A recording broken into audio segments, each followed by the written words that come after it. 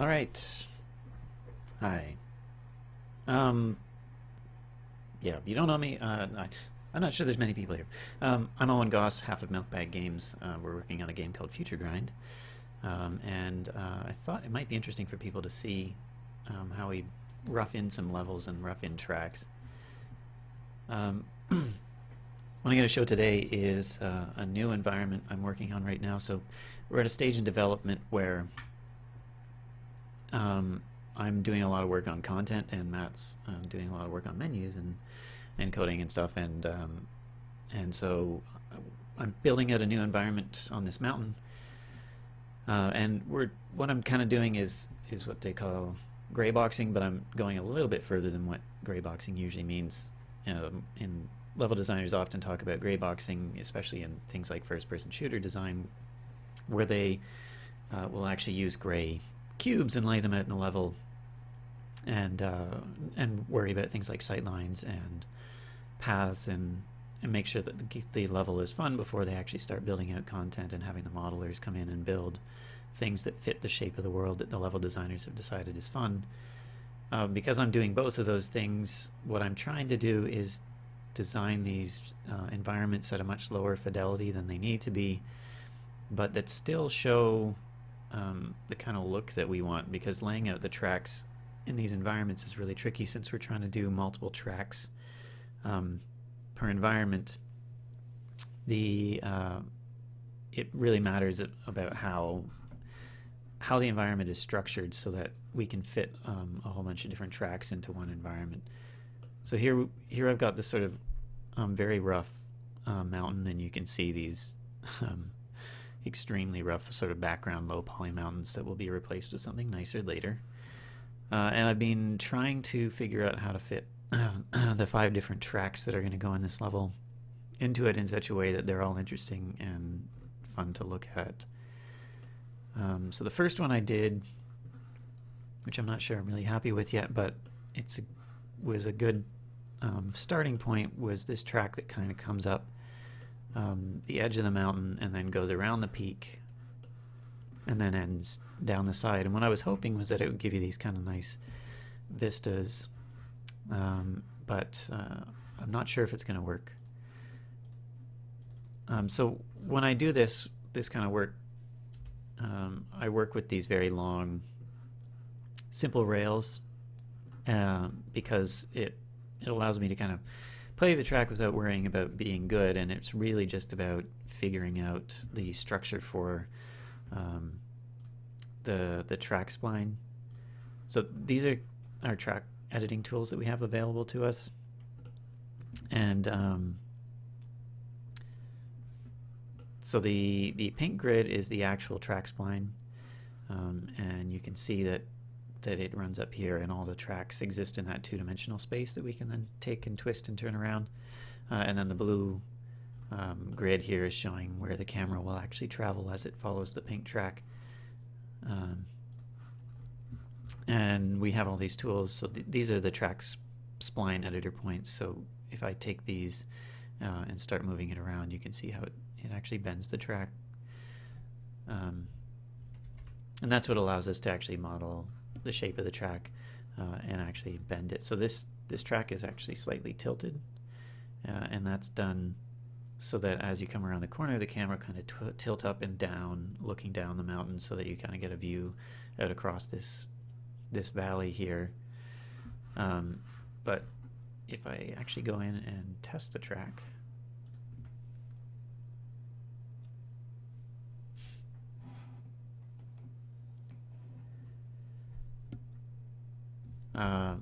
yeah, so here's the bike, and you can see that you don't really get to see down the mountain as much as I would like. So this track isn't working exactly how I want. Whoops, and then I've gone and died. You do get a nice little view up to the peak there as you come around the corner, which is kind of cool. And it's also kind of clear that this track is going to be a little bit too long, I think. Here, I mean, as you come through around the peak, it's not seeing as much of the stuff in the background as I would like. You do get a nice view there. So there is something interesting about the way that comes around, but it's not quite ready yet. But I wasn't sure exactly what to do to fix that yet, so I thought I'd go off and make another track while I thought about that. So this is the second attempt. And here I wanted the track to come around this sort of ice pond here, and then I wanted to create like a tunnel that came up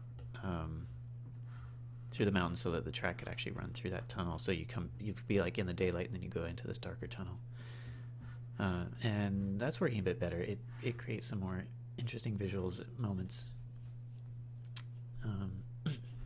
So I'll just run that and have a look, and then what I'm going to do is actually create a whole new track spline and see how that ends up looking.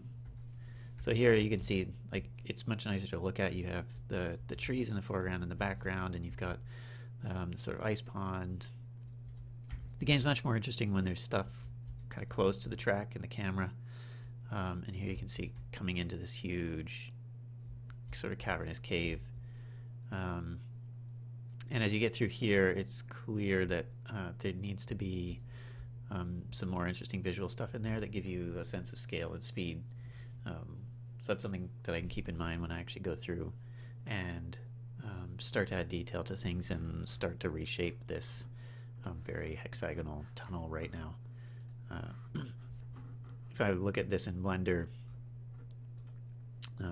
this is a very simple shape here, which can be tweaked and made a lot nicer. And then this terrain mesh will probably double in resolution, or maybe by a factor of 4. And I think I will probably take this tunnel out, because I originally started running a tunnel through there, but it was really uninteresting, and you really didn't get to see anything. So I've got a few other things. You know, there's a really rough building here, and then a tree, and here's our driver for scale. So you can see this is a massive mountain. So I think what I'm going to do now, well, first of all, what I'm going to do is actually turn off that grid, because it really slows down the editor on my computer. But I think what I want to do is focus on these buildings. So I put a couple of these buildings that are supposed to look like these kind of futuristic ski lodge type observational buildings, or like competition offices or something. And I've got this pond down here on this side of the mountain as well. And I think what I'd like to do is run the track. I think what I'd like to do is kind of see this cliff in the background as the track comes down. So I think what I might do is start the track up near the building, and then bring it down this valley, sort of next to the pond, and then finish down here somewhere. And I might, I mean, I've just been kind of scattering trees around just so that there's stuff with scale in the game. And I think I'm going to move the spectator pod down here so that it'll be behind the track as you come down the hill. And I'm going to have to probably move some of those trees, but for now what I'll do is start by creating a new track and then laying it out.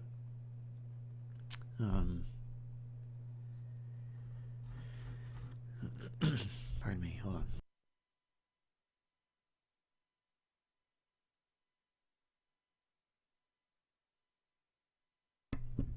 Sorry about that. Yeah, so actually what I'm going to do is duplicate one of the existing tracks, because that's a little bit easier than creating one from scratch, because it'll have the start spawn point and the end point already built into it. So I'm going to duplicate track 2. So this is going to be track 3. We haven't named these yet, obviously. And then we'll set up our selection to use track 3 as the actual active track in the level for testing. So we have this level master that allows us to set custom scene overrides on a bunch of different things. Because our camera is actually in a prefab, but we want different settings on the post-effect shaders. We have these overrides that I can set in each level, and then this will, when the level loads, it will actually go into the camera prefab and stomp a bunch of the values for the particular environment, because we want a different color lookup table for doing color grading. Obviously, the LUT for a daytime mountain scene is going to be very different than the LUT for a nighttime city scene, so we need to be able to configure that stuff, as well as the color of the vignette on the thing and the fog and all that kind of stuff. So that allows us to do that, but it also allows us to set an active track for testing in the editor. When that is not set, we load into a really basic UI that we've been using for our demos at shows and things. And eventually that will hook up into the actual full front-end menu system that Matt's working on. Okay, so we've got our new track, which actually exists somewhere over here. So let's grab that. Just one moment, I'm going to turn off that fan.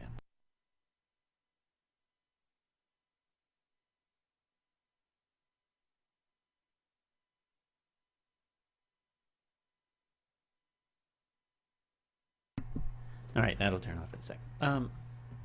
So our track exists over on this side of the thing, but we want to get it over there.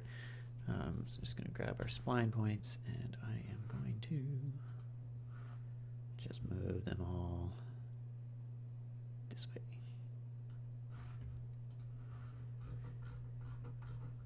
And these have to be, whoops.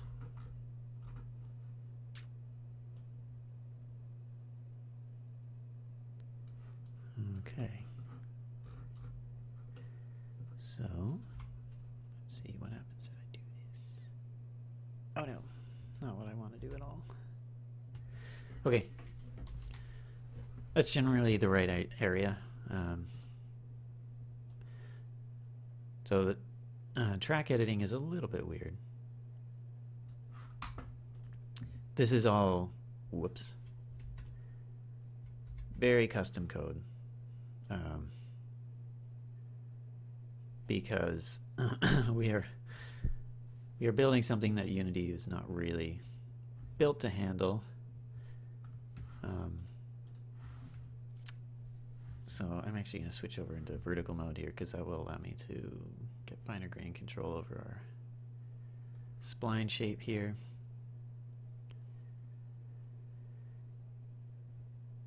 Oh, my computer is not built to handle this and streaming at the same time.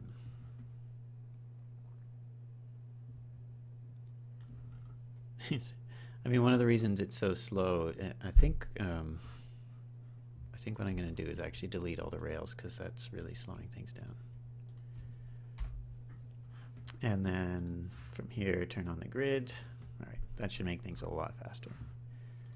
And still, yeah, there we go. So now I can easily manipulate the shapes. The problem is if the rails are on, then it regenerates those meshes every time you move something, and because every time you move it, it's moving every frame, it's trying to regenerate all the rails every frame, which obviously slows things down.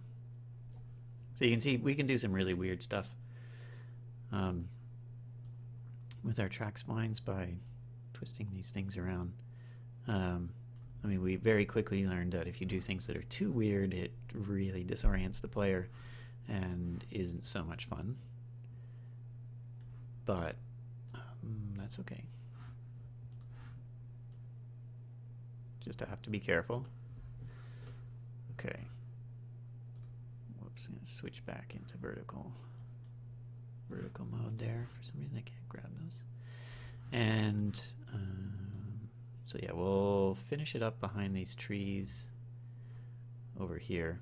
How long is my track? 400 meters is a pretty good length for a track in FutureGrind. If we get too much less than that, it's not quite long enough to do anything super interesting. If we get if we get significantly longer than that, the tracks end up being so long that it becomes frustrating to fail near the end. We do have some tracks that are a bit longer than that, but once you get beyond 600 or 700 meters, it's a lot less fun. Okay, so this is starting to come together. So we'll start the player up near the building, maybe a little bit above, I think, and then bring them down beside. I'm going to turn on the camera offset grid. Okay, so we'll end up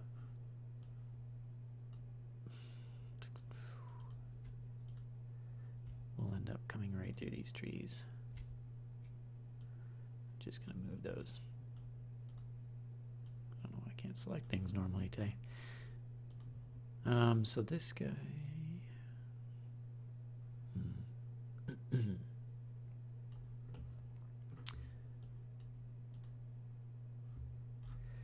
So there's a couple of kind of rules we've been developing as we make tracks, and one is that because the track or the camera sits on the, let's call it the starboard side, so it sits on the right hand side of the track if you were looking along the track.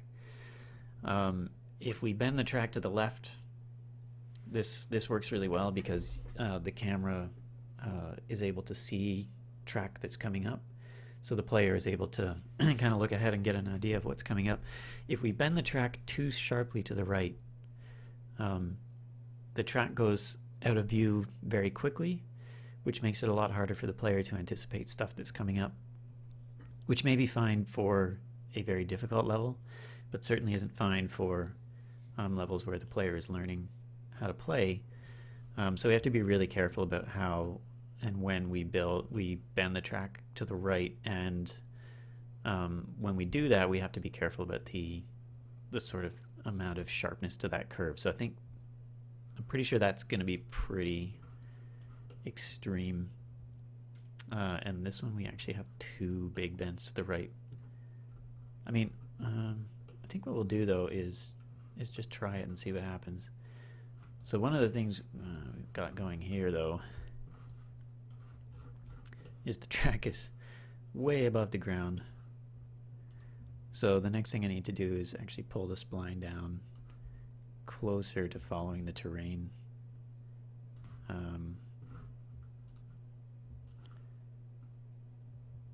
But for anyone who's ever asked us at a show whether we would have a level editor available for players, this is why we have said definitely not at launch. Because this all exists within the Unity editor, which is fine, but that means that it's not something we can easily just slap into a PC or console version of the game and have it work at all. So here's when I'm kind of grabbing the sort of the spline anchors. And using that, you can see I can change the sort of normal or the tangent to the at the spline point by moving dragging these handles up and down to change the shape of the curve, which allows me finer control over things like how steep it is. One of the interesting things about our track system is that the camera uses these angles to actually tilt and follow the spline itself. So anywhere you see splines that aren't vertical, the camera will actually be tilted there, which actually, when you're playing, gives a pretty cool feeling to it. The camera kind of tilts and weaves and bobs with the level. So that looks kind of cool. It kind of looks like a ski track, which is good. This is the end point. I'm just going to drag that back a little bit closer. And I'm also going to make that a lot shorter. Yoink. Push that down to the ground. That's better. And Yeah, there's something weird going on at the top here with that first spline point. I think what we'll do is move it this way and then shift that. You know what? I'm going to get rid of this one entirely because that's going to give us a much nicer curve. That's better. That one was just getting in the way. Here we've got a tree. I think we'll leave that there. It's always nice when something kind of goes in between the camera and the player in a way that's not intrusive. So I think that'll be kind of cool. Drag this one down here. And there's another one there. And so what I'm going to do, I mean, this is a good rough starting point.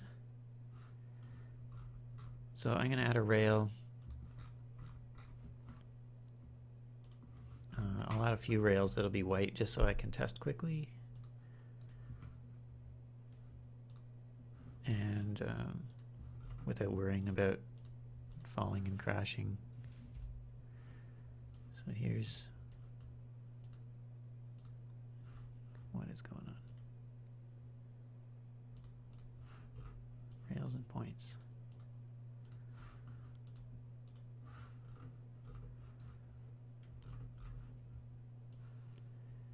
So I'll just drag this rail out. We'll make it 100 meters long.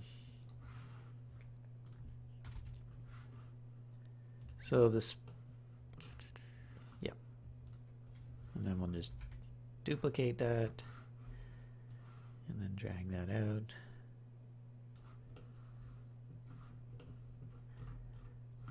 I can do it with one giant rail, but the game doesn't really like that. It causes some weirdness with the physics system sometimes. It'll run, just not particularly well all the time.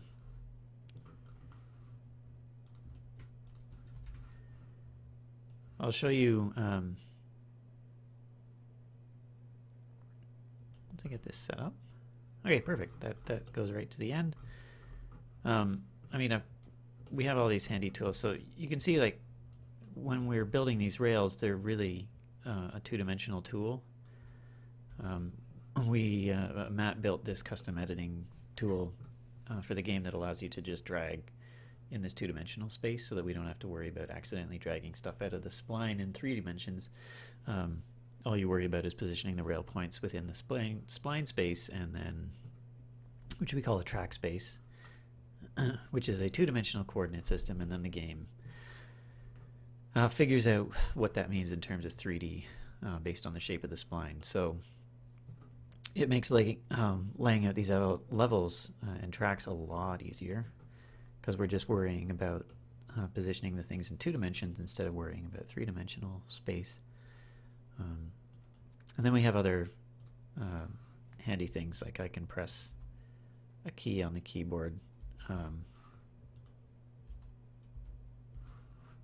it's not working for some reason. Beautiful. So what that's supposed to do is toggle the rail color, and it was working earlier and isn't working now, so I'm not sure what I did exactly. There we go. So I can toggle between the different rail colors, so that when I'm laying out a track, it's really easy to say, oh, well, this isn't really working as a red rail. Let's switch it up to a blue. That'll feel better, and then test it out. So here we've got our track spline laid out, and we've got this is our starting point here. And now I'm going to save and test the track.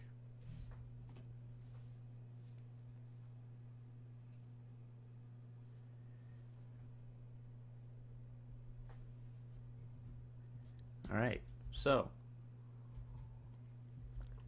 that looks pretty neat with the building in the background, and there's the cliff and the water, which which looks pretty good. We're going to run into some clipping problems with the camera. Far clipping plane limit. Okay, that actually looks really nice. Yeah, I like it coming through past the big building and then over that cliff in the background. And as long as I don't put anything difficult in the track where it's turning right, that should be fine, and it feels kind of neat.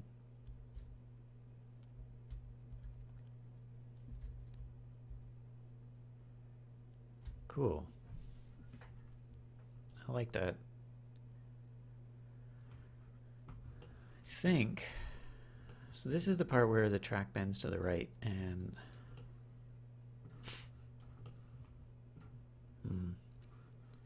I think what I may do is just soften that bend out a little bit. We'll move this out here. That's going to create a weird kink in the camera system, though.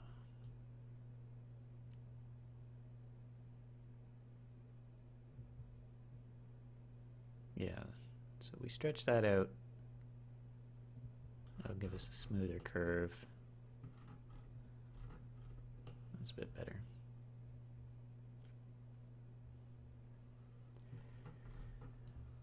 But yeah, having stuff in the background definitely helps with scale and speed and all that kind of stuff. The closer to the track it is, the more fast it makes it feel like you're moving. So we may need to do some things with putting a few more trees in behind the track. Let's move that spectator pod a bit closer. I mean, like, these are pretty fiddly details, but it helps me to figure out exactly what needs to be done to get this environment into a shippable state. So moving that much closer to the track is going to make it feel like you're moving a lot faster, which is good. And those trees down at the bottom feel great, and this pond feels really nice, I think. This little hill here is cool. I think I'll have to do something with that in the more detailed version. Put something on some rocks or something. Actually, rocks could feel nice up near this building. If I put some boulders down. The other thing we could do is run the track over the building, but I think, well, maybe I can do that with a different track. Bring it down the mountain and through between the buildings, and then run it down across this edge of the cliff. I mean, trying to think of this sort of like a ski hill almost, and designing the structure of the shapes here to allow kind of different flows down the mountain in a natural way.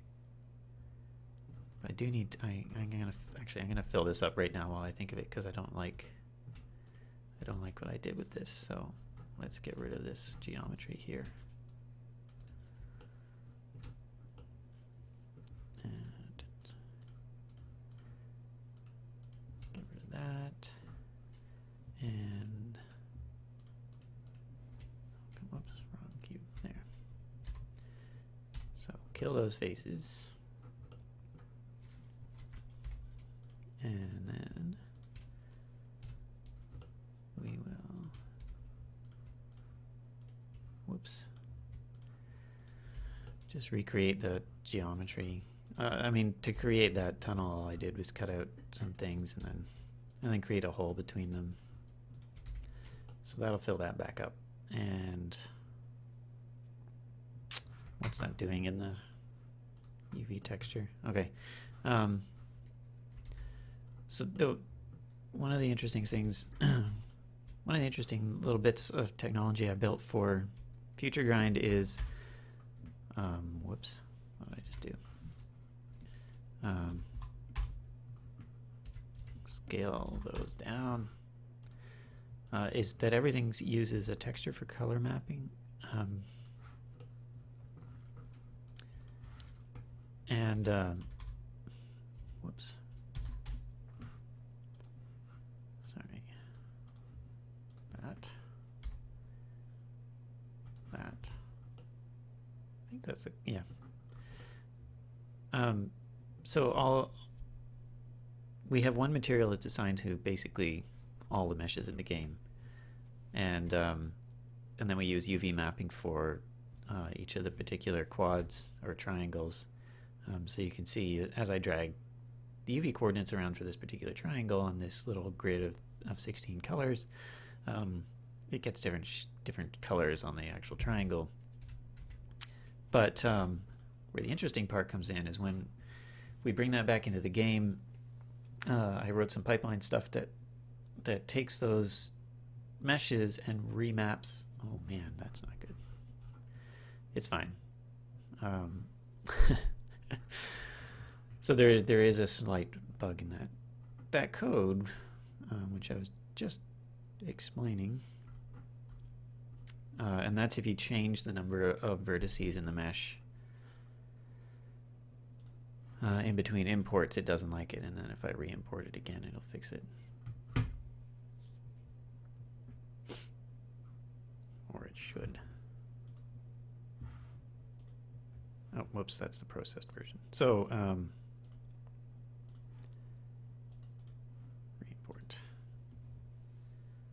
So, on import, it goes through the mesh and it looks at all the UVs, and then it remaps everything to a different global material that's used for everything in the game. So I have this custom editor here that allows me to choose the different colors that were set based on the UVs. So it looked at how the mesh UVs were mapped to the various colors in the game in Blender, and then remaps them to a new index table in the actual Unity system. And so these are the colors that I've set up in the game so far.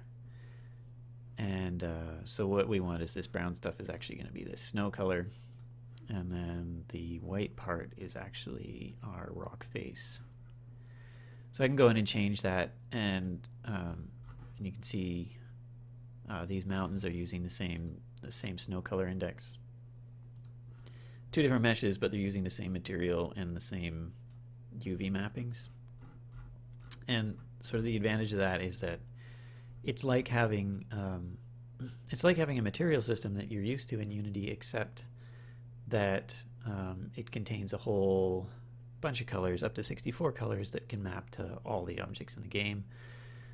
So if I want to go in and change all the snow objects to blue, I can change that one index, and everything in the game that uses that particular index will change at the same time. It's like having 64 different materials set up, but that are all controlled through one material, which means that render batching is way more efficient because everything that runs with the same material can be batched together. The other thing I can do, whoops, I'm going to undo that because I don't want to change the color, is I can control the metallic properties of each of those particular things. So here I've got the ice pond, which is item index 64 in the global color manager, or sorry, 59. And then 59 also has these metallic properties. So the red color channel controls the metallic value, and then the alpha controls the smoothness value. So this is used to generate a specular texture map that is then used by these things, so that this surface material is actually slightly reflective. Yeah, so that's closed up our tunnel we're not using anymore, which looks a lot better. That's good. How's it look on this side? Better. Okay, so we've got 3 tracks in here, assuming that I can get this peak one looking better. I may be able to do some stuff with the peak one by adding in a lot more detail on the mountain near the track, or just running it in a slightly different way. excuse me, or by just redoing it entirely somewhere else. But let's, I kind of want to try that idea of running the track down through the building. I'm going to have to bend it. Let's see.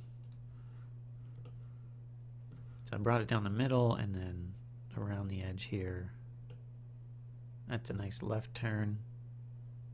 And then just one small right turn at the bottom, which would be cool. Okay, so I'm going to do that, but first I'm going to, what I'm going to do is generate for track 3. I'm going to duplicate my rails.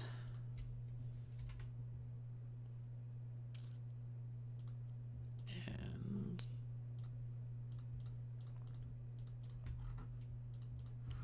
okay. So I'm going to pull these up. Whoops. Not what I wanted to do. I'm going to pull those up 3 grid units. The grid spacing is set up in such a way that it relates to the bike size, because when we first started working on level design, we didn't have a grid, and I found it really difficult to kind of judge distance between the start of a rail and or the end of a rail and the start of the next rail, and what would that allow the player to do. But by having a grid that's of a fixed size, it allows me like so much more control over. I know that, for example, a 2 grid space gap between 2 rails is just enough to allow you to drop down and hook your wheel over the next rail, and at the same time it's not so big as to allow you too much time to think, so it creates a nice little challenge point in between the 2 rails. It's also close enough that you can walk your wheel from one thing to the other if you're doing it carefully, so it's very handy. So yeah, whoops, that's not what I wanted to do. I'm gonna drag these just along a few meters, and then come back up here. Whoops, no, I want the, come on.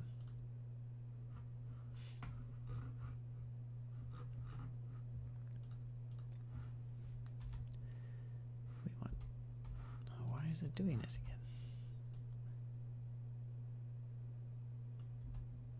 Okay, so I'm just going to go along here and color all our rails.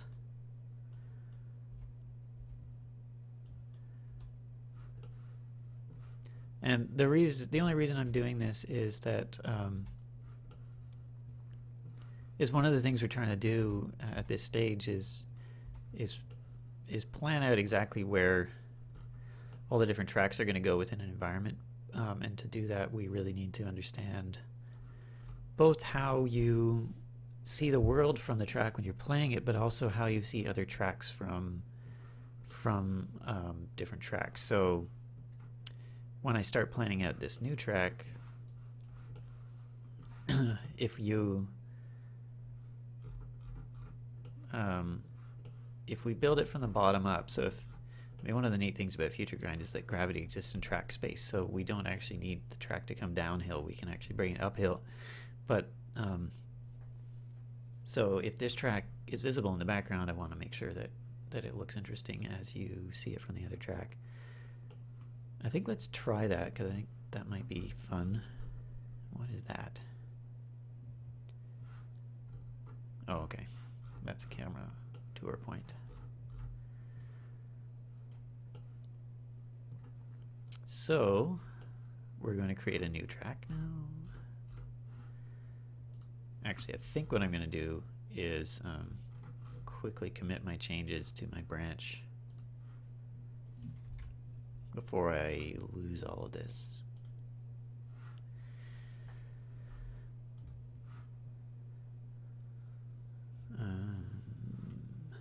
Let's see.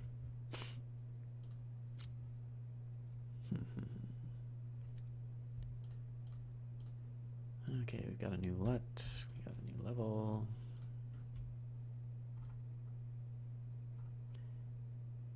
This is not how you manage a Git thing properly, kids. This is messy. Got the Blender file, got a prefab, change the level master, the global color manager.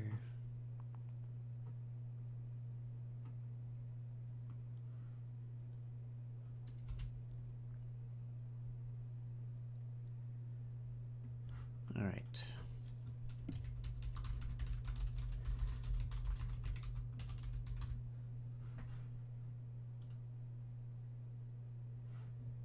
All right, we're going to commit that.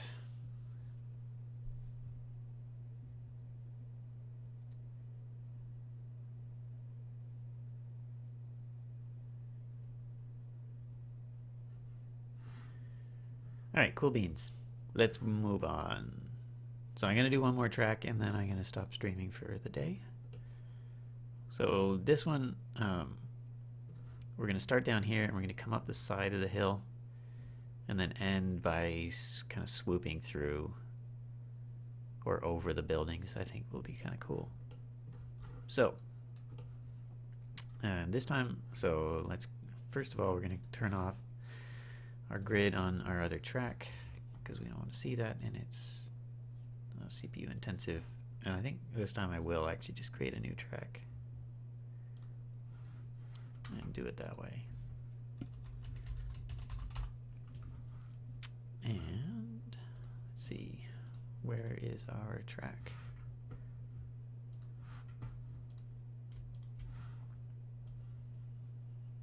Over here somewhere.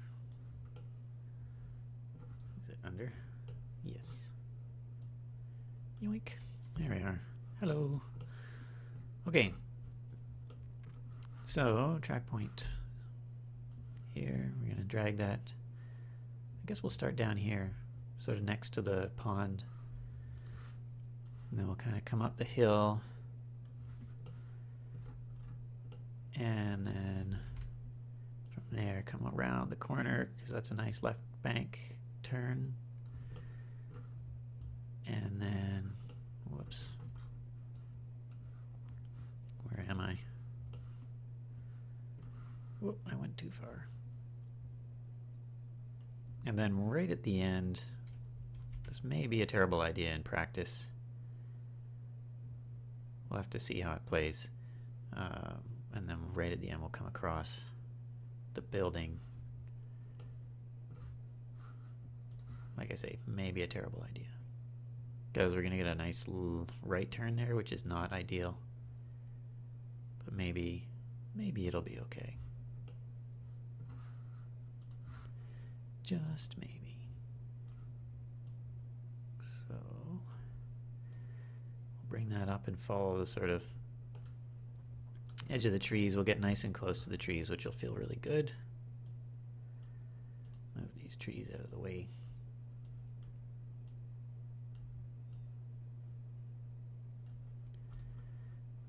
This one's too close to the camera.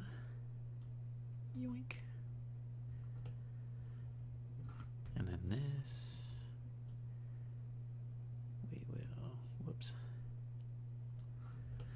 do that. Okay, how does that look from the side?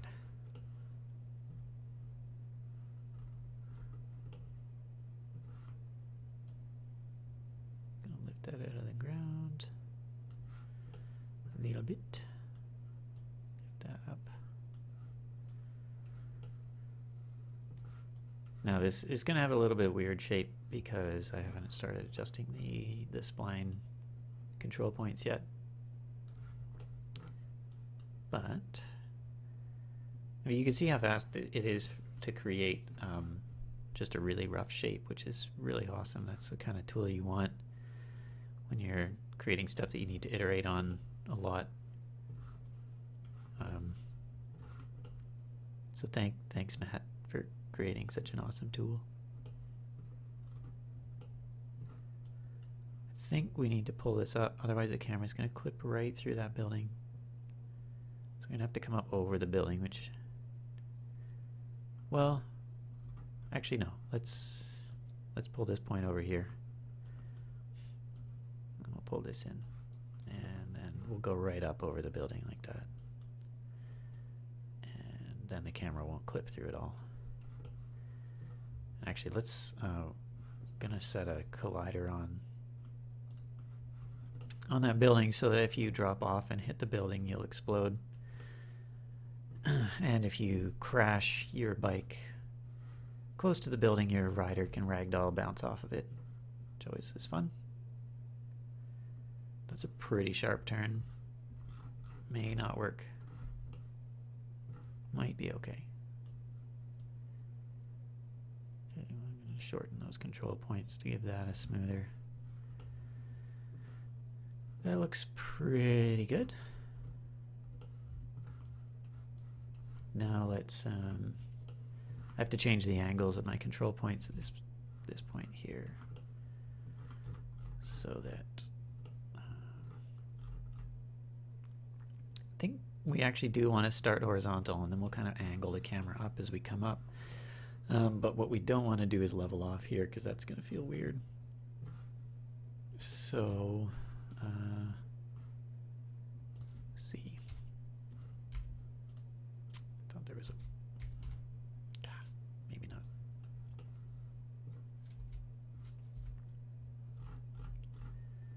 Okay. Some of our shortcuts aren't working anymore. I'm not sure why.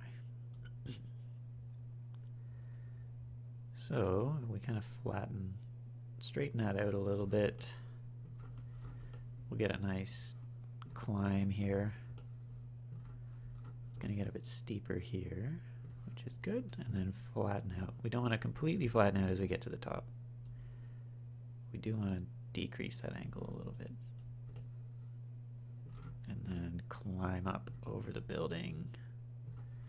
You know what? Let's not climb that high. I think we'll do that with track design. We'll just make sure the track goes up, and then we can build one that goes really close to the top of the roof, and then if you end up underneath it by accident, then you will crash into it, which is always fun. Alright, so there's our basic shape for the track spline. And let's see. Time to add a...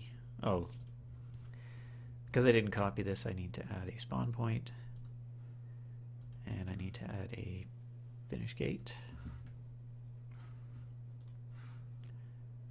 Drag the spawn point up a little bit, and then the finish gate is going to go just past there.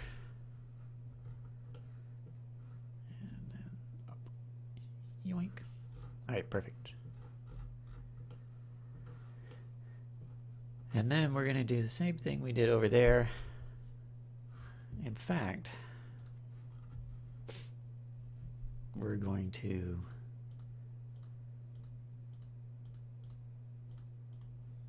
copy and paste our rails into our track. Whoops. And that did not work. Yikes. Huh. Okay, that doesn't work.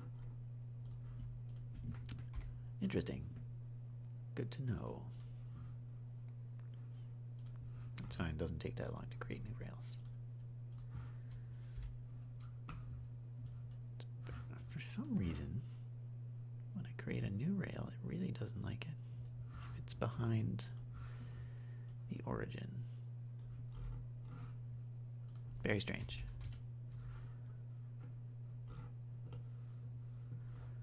What did I just do? Alright. Good enough. Duplicate that. Drag it.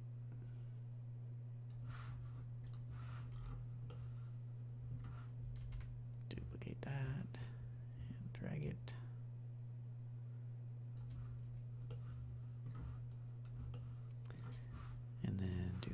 that.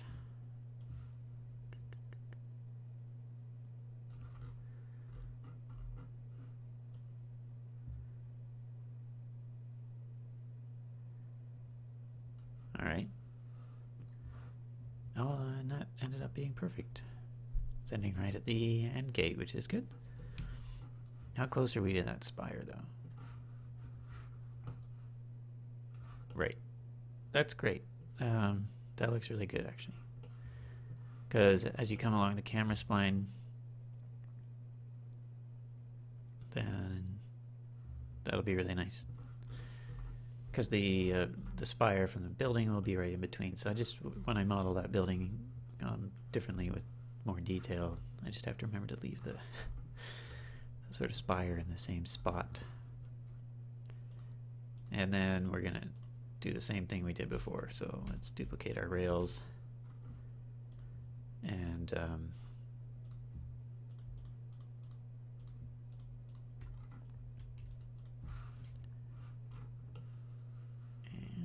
where are my controls there? Drag those up 3 grid points.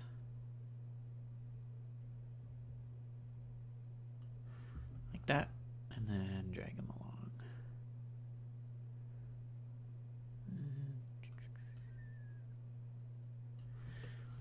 Like that. That gives us a bit of transition time. Yeah, the goal at this point is not to create challenging levels. It's just to get a feel for how the tracks exist in the world, and then modify the world as needed to fit better track design.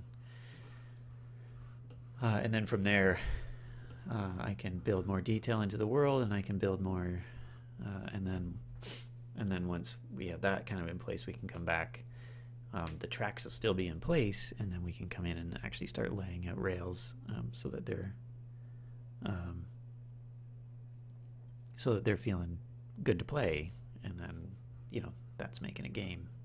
Woo.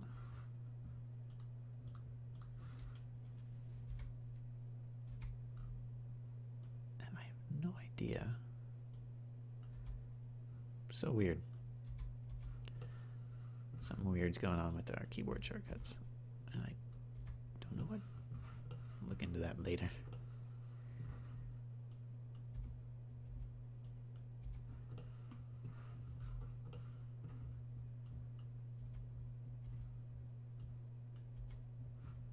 All right, so how does that look? Yeah, like one of the things I haven't even shown right now really is some of the weird stuff we can do. Like here, I'll do it right now just because it's fun. But I'm gonna bend the track over. So one of the things we have is this roll value, and so we can actually control the sort of angle of roll of the track at a specific point. So we'll make it really obvious, just so you can see what it's like. But you can see that, like, as it bends over, the camera is going to bend with it. I mean, with stuff like this, we can create really weird twists and loops and stuff in the track, and it's good times.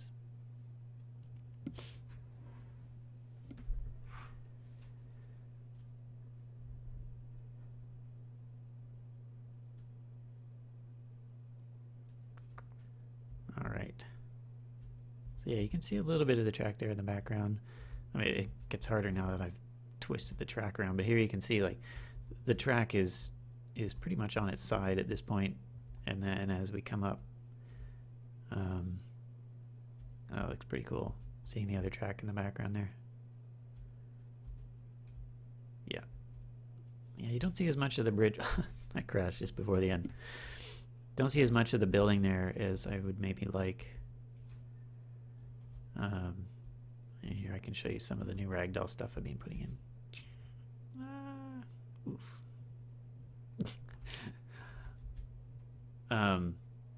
Actually, one of the fun things about the ragdoll and this particular environment is if the bike crashes on the mountain, the ragdoll kind of goes falling down the mountain, which is pretty funny. I actually kind of like that bend there. I'm going to try it without. Yeah, that's not too bad. I mean, you do see the building.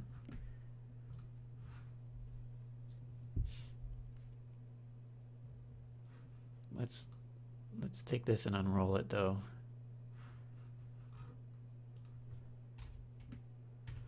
And just see how it feels.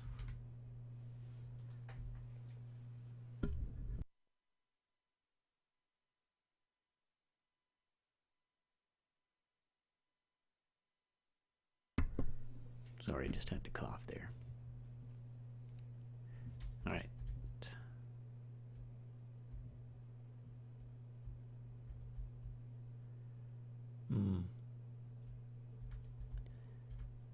Yeah, I mean, that's pretty cool.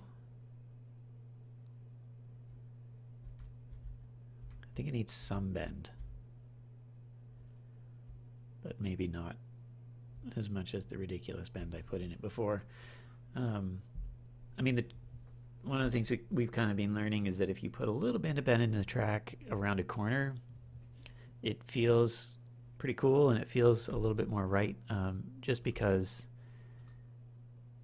as a human, you're kind of used to leaning into a turn. I mean, it's how we learn to ride a bicycle, and when you're in a car, you kind of and turn a corner, you notice your head tilts to one side as the forces start acting on you. So let's twist this a little bit and just see how that feels. Like, not as crazy as it was before, but if we do that and then maybe, I mean, tilting this the other way is probably not going to feel very good. But let's see what happens. Let's live dangerously. There's going to be a weird transition point in here where the camera suddenly flips.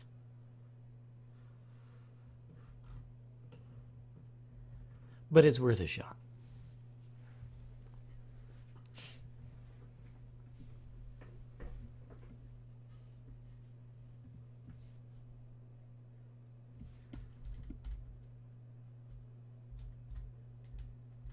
Okay, yeah, I like that. It looks down towards the valley a bit more,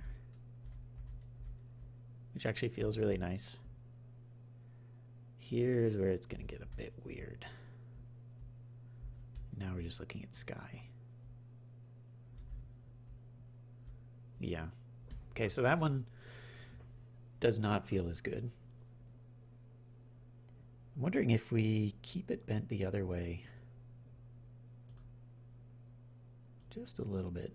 Whoops. I mean,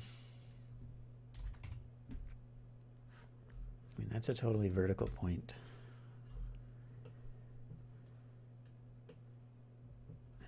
Yeah, well, let's try it.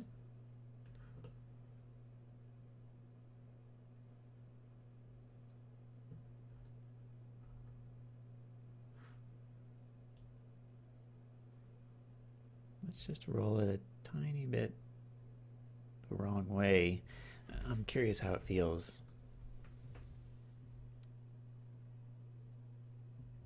Because I think it might actually feel good to still be looking down the hill as you come around that corner, even though it doesn't quite match, you know, the physics of it all. Oh, whoops. Oof.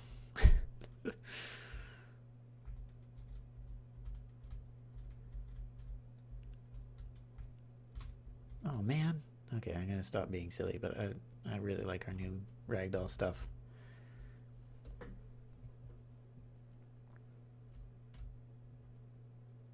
There we go. That's there's a weird turn there.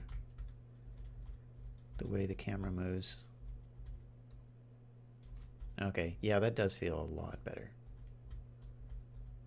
That feels a lot better.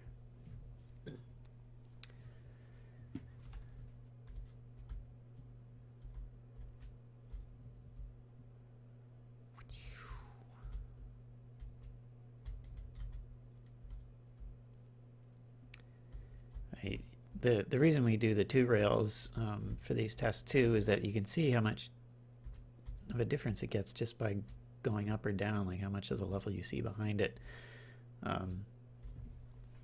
So it allows us to see a little bit better how it's going to work when we put a real track design in there. Yeah, I like that. I mean, it doesn't really mesh with the physicality of what you would be feeling on the bike, but it actually looks a lot better, so I'm going to leave that like that. And if we go back to track 3,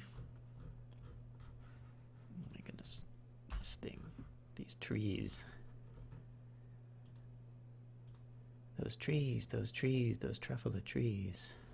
All my life I had dreamed of trees such as these.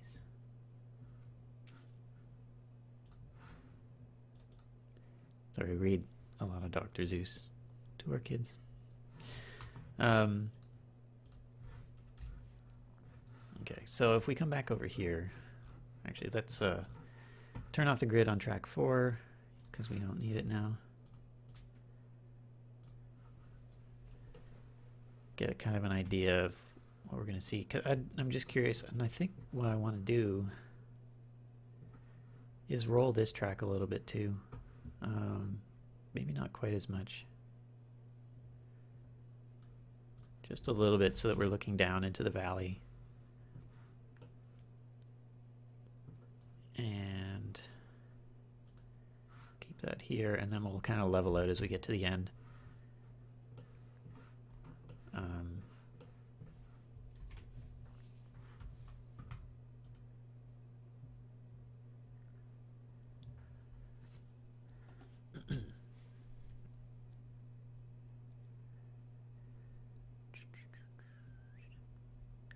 This level is quite large, so it seems to take a long time to build.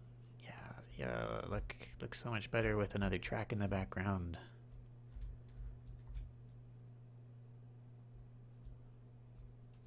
Oh, whoops, wrong wheel. I was looking at the background and, and crashed.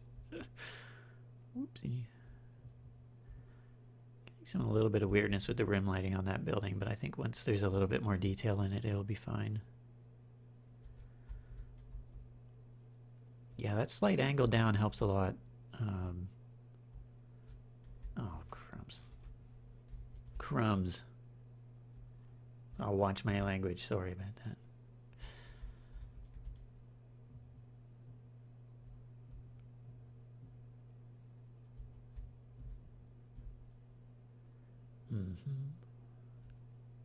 Yeah, that feels better. And then we kind of straighten out as we come back down to the end. Yeah, that feels good. I like that. Yeah, I mean, obviously I'll be tweaking it a lot as we start to build the actual tracks into the levels. We'll find new things where we need to change the shape of the track to make it fit better. And once we actually get, more detailed models in here for the terrain and for the trees, and once we add in some rocks and what I would like to do in some places like these is have like rock outcroppings, so that, there's kind of these boulders that come up out of the snow here, these peaks, and yeah, I still need to figure out what I'm going to do about that peak. Looks like a ski hill now though, doesn't it? But we got 2 really good tracks and 1 okay track and 1 not so good track in here. Need to find 5 really good tracks. But I think that's all I'm going to do for today. Thanks to those of you who watched. I hope it was interesting. And I may do some of this more once we either get a little bit further with this or once I start on the next environment. There are going to be some stuff that we can't show you that we want to keep secret. But yeah, thanks for watching, and you can follow me on Twitter at Owen Goss anytime, and I will see you again soon. Bye.